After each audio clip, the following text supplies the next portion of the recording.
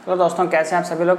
आज हम इस वीडियो में बात करेंगे उन छात्राओं के लिए जिन्होंने 11th-12th में एग्रीकल्चर या कृषि जो संकाय है उसको पढ़ाई के लिए चुना है।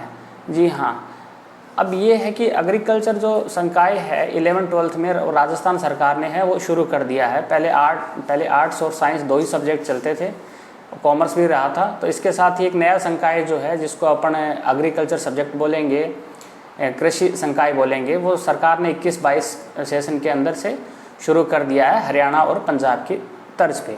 अब इसके साथ ही छात्राओं का जिक्र इसीलिए किया जा रहा है क्योंकि अगर छात्राएं अगर कृषि संकाय लेके आगे अगर पढ़ाई जारी रखती हैं तो सरकार उनको प्रोत्साहन राशि अब देने जा रही है। जी हाँ, अगर कोई भी छात्रा 11th और 12th के अंदर अगर कृषि संकाय रखती है और अपना जो स्टडी है वो कंप्लीट करती है तो उसको हर साल सरकार 15,000 रुपये प्रोत्साहन राशि के रूप में देगी। इसी प्रकार अगर वही छात्रा कॉलेज में अगर एडमिशन लेती है कृषि संकाय से ही, एग्रीकल्चर फील्ड से ही, तो उसको हर साल फर्स्ट ईयर, सेकेंड ईयर और थर्ड ईयर में 25,000 रुपये मिलेंगे। इसी प्रकार अगर आगे वो MSc करती है उसी सब्जेक्ट के अंदर एग्रीकल्चर फील्ड में ही, तब उसको 25,000 रुपये हर साल फिर से मिलेंगे। तो इस प्रकार 11th-12th के अंदर अगर कृषि संकाय में अगर छात्रा अध्ययनरत रहती है तो उसको हर साल 15,000 रुपये, उसके बाद ग्रेजुएशन और PG में हर साल उसको 25,000 रुपये सरकार प्रोत्साहन राशि देगी।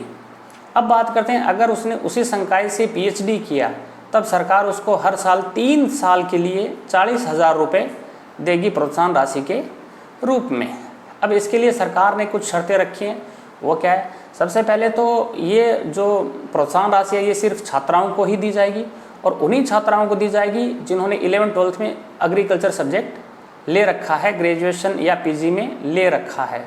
दूसरा, वो राजस्थान की मूल निवासी होनी चाहिए और वो किसी भी क्लास के अंदर, जिस भी क्लास में अगर मान लो श्रेणी सुधार किया हो उसने, या वो फेल हो गई हो, या उसने दोबारा करा हो, सप्लीमेंट्री आई हो, तो इस केस में उस साल की प्रोत्साहन राशि उसको नहीं मिलेगी।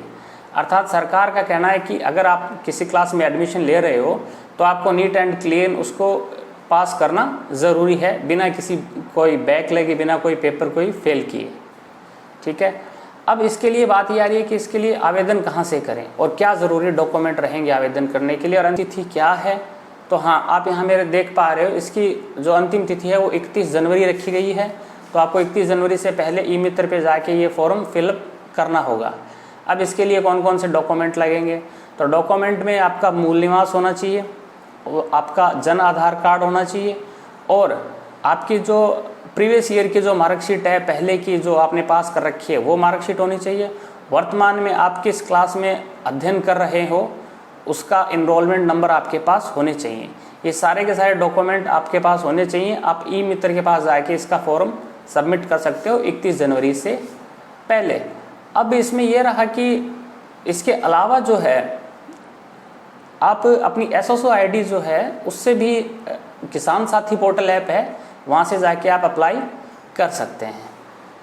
और इसके साथ ही इसमें ये जोड़ा गया है कि अब अगर आप मान लो कहीं अध्ययनरत हैं तो वहाँ का जो संस्था प्रधान जो है वो एक सर्टिफिकेट भी देगा। उस सर्टिफिकेट के जारी होने के बाद ही प्रोत्साहन राशि आपके अकाउंट में आ पाएगी।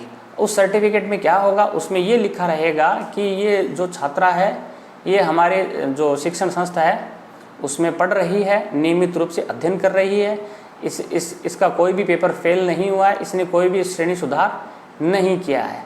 तो इसके बाद ही वो जो प्रोत्साहन राशि है वो आपके अकाउंट के अंदर जमा कर दी जाएगी। इसके अंदर ये नहीं है कि सिर्फ सरकारी स्कूल ही हो, प्राइवेट स्कूल भी चलेंगी, इसमें प्राइवेट कॉलेज भी चलेंगे, पर सरकार द्वारा मान्यता प्राप्त ये संस्थाएं होनी चाहिए। ऐसी और भी जानकारी के लिए चैनल को लाइक करें, सब्सक्राइब करें और इस बेल आइकन को प्रेस करें जिससे ऐसी सूचनाएं आप तक पहुंचती रहें। Thank you.